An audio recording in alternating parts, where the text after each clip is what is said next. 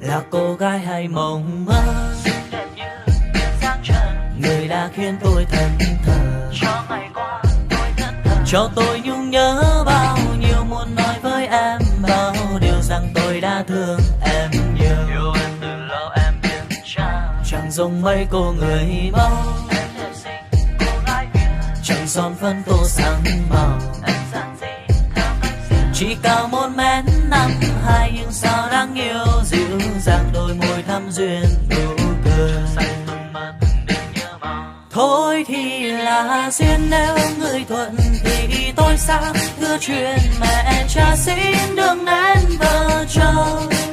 Thương em để lâu hát thêm âu sầu, này nói ra cho hết đau đầu. Rồi ta sẽ thật hạnh phúc, Mơ bên nhau chẳng giờ, cùng nhau sống chung mái nhà, ta sẽ bên nhau suốt đời. cho nhau chén nướng chén cơm, cho nhau chú duyên chuông tình, nụ cười tươi nở trên môi. Còn lo lắng chi người hơn, vì em đã có tôi rồi. Em chỉ cần sống yên vui, thế giới có tôi lo rồi, ta bên nhau mãi không xa rời.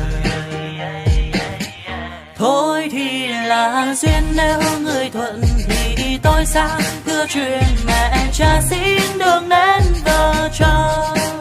Thương em để lâu hát thêm âu sầu, này nói ra cho hết đau đầu.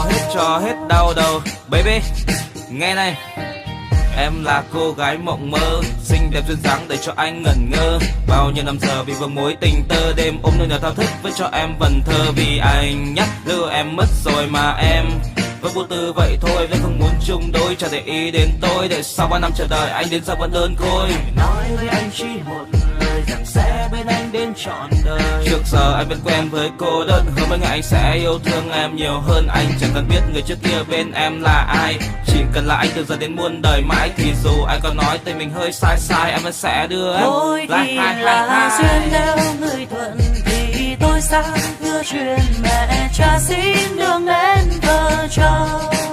Thương em để lâu hát em âu sầu, này nói ra cho hết đau đầu. Thôi thì là duyên, nếu người thuận thì tôi sang đưa chuyện mẹ cha xin